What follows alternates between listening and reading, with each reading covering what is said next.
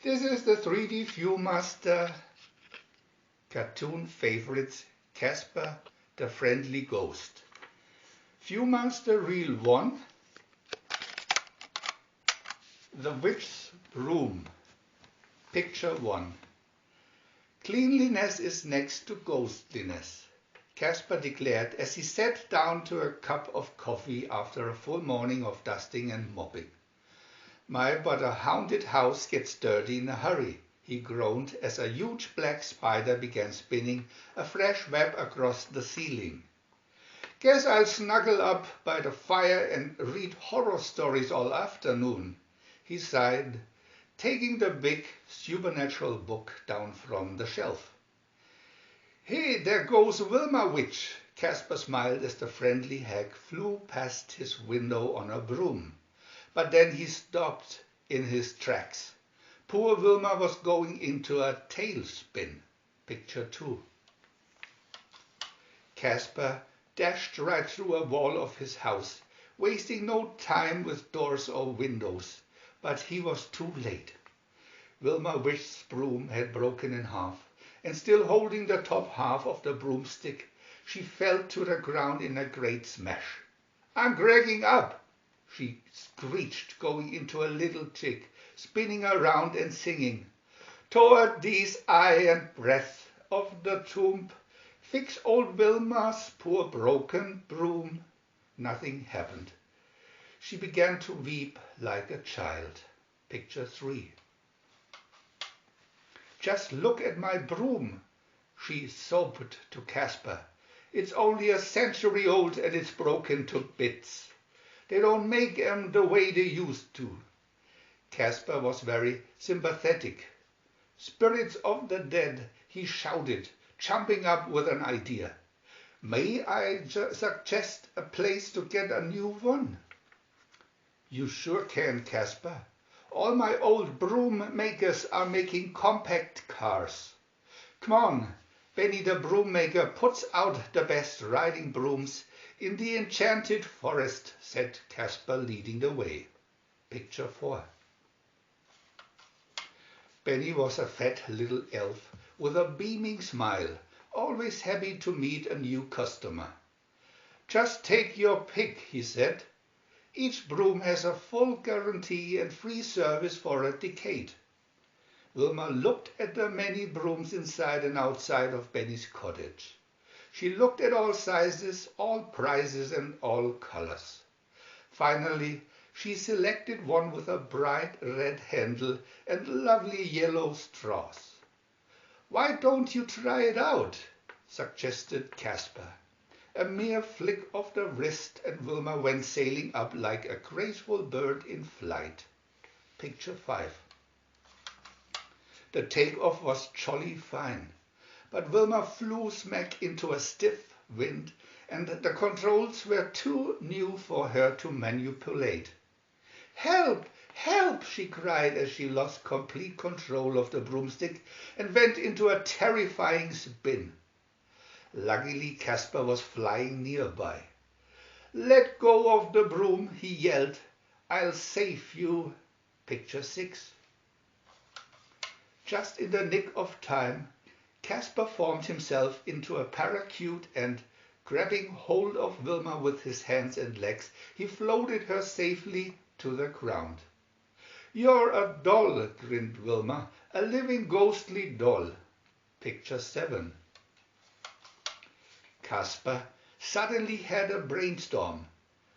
"Psst, psst, psst," he whispered to Benny.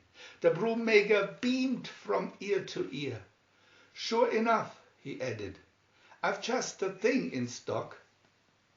Benny wheeled out a flying vacuum cleaner. "This will work much better than the old-fashioned piston-powered broom." Wilma hopped aboard and gunned the motor with a devilish little giggle. "A three-tailed mouse and a lizard's eye. Just watch old Wilma split open the sky." She shot up over the trees and across the fields, waving her battered hat to her friends far below. VIEW-MASTER Reel 2, Wanted, picture 1. It was a crisp spring morning in the enchanted forest. Dewdrops were sparkling in the sun, flower buds were bursting into blossoms, and the animals were awaking from their long winter sleep.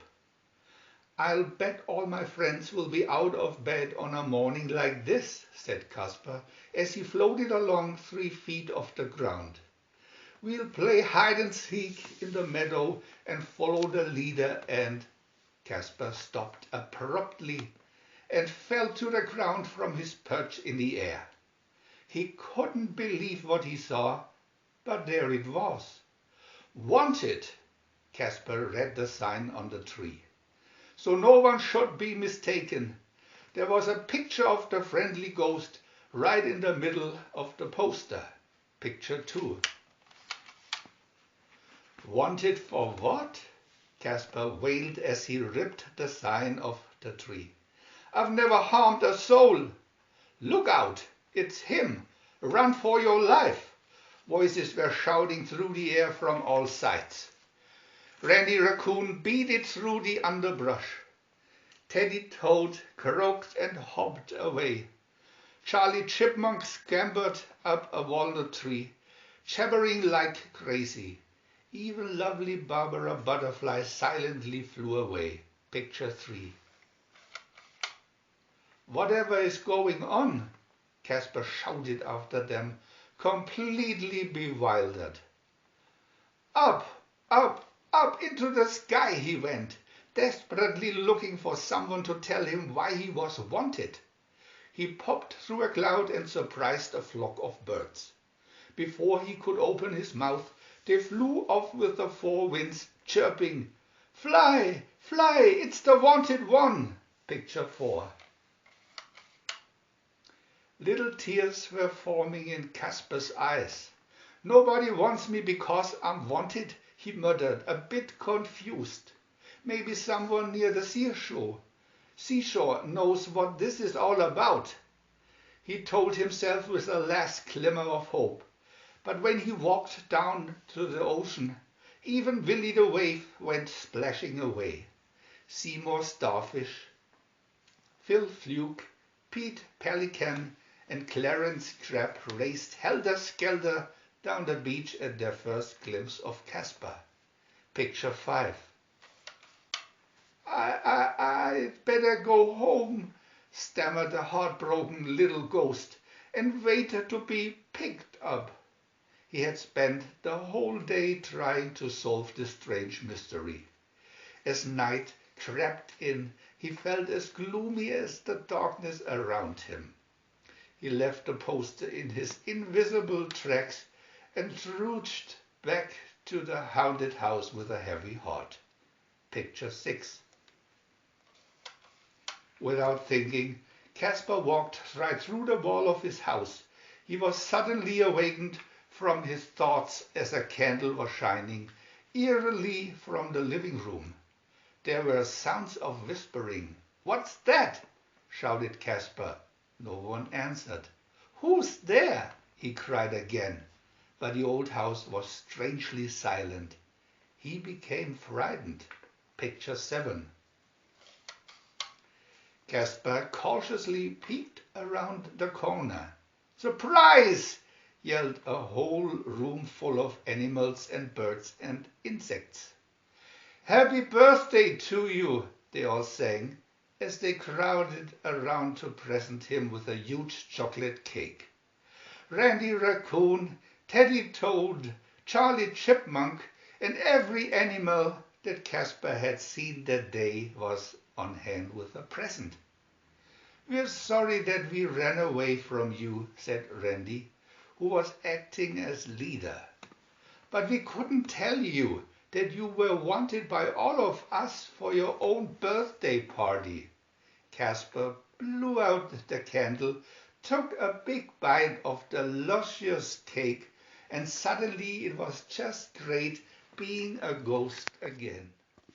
VIEW-MASTER Reel 3. The Falling Star. Picture 1. Starlight, star bright, first star I see tonight, whispered Casper as he looked out his bedroom window. I wish I may, I wish I might have the wish I wish tonight. Closing his eyes, he wished hard and strong for a new friend. He was about to doze off when he heard a whoosh through the sky. Casper looked up and his room was brightened with stardust. A little star was perched on the edge of his window. Hi, said the little star. I'm looking for company. Golly, thought Casper, that wishing star didn't waste any time. Picture 2. The little star didn't need to be welcomed.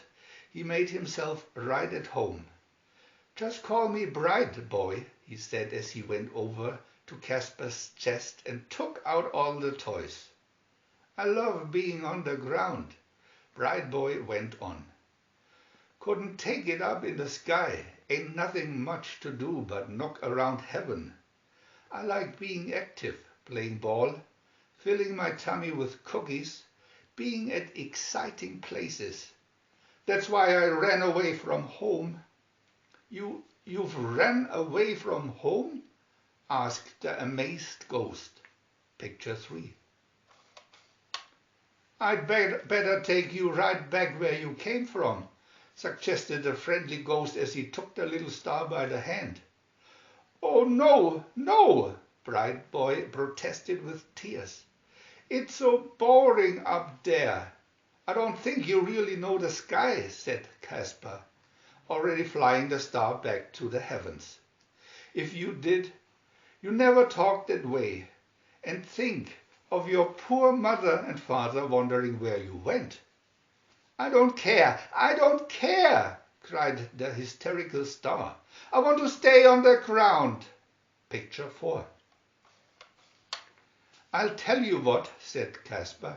If you give me a chance to show you the fun and wonders of the heavens, and you still don't like it, I won't force you to go home. Okay, said Bright Boy. The ghost was being fair to him. Even though he felt sure that he could never be persuaded to enjoy living in the sky, he agreed. For the first time, the little star opened his eyes. Casper pointed out the marvels of the sky, and Bright Boy was astonished.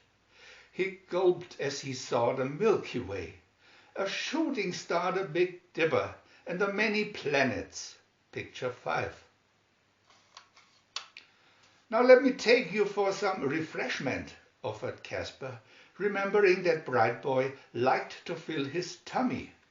A moment later, they were on the moon, and Bright Boy ate the most delicious green cheese imaginable. Wow, the star said between bites, this is heavenly. Picture 6. Casper took him for a ride down the largest slide in the universe, the multicolored rainbow. Yippee! Shouted Bright Boy. This has it all over baseball. Picture 7.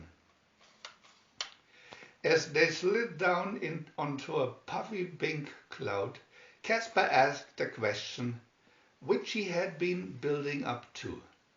Are you going to stay in this wonderful world that you are made for, or are you going back to Earth?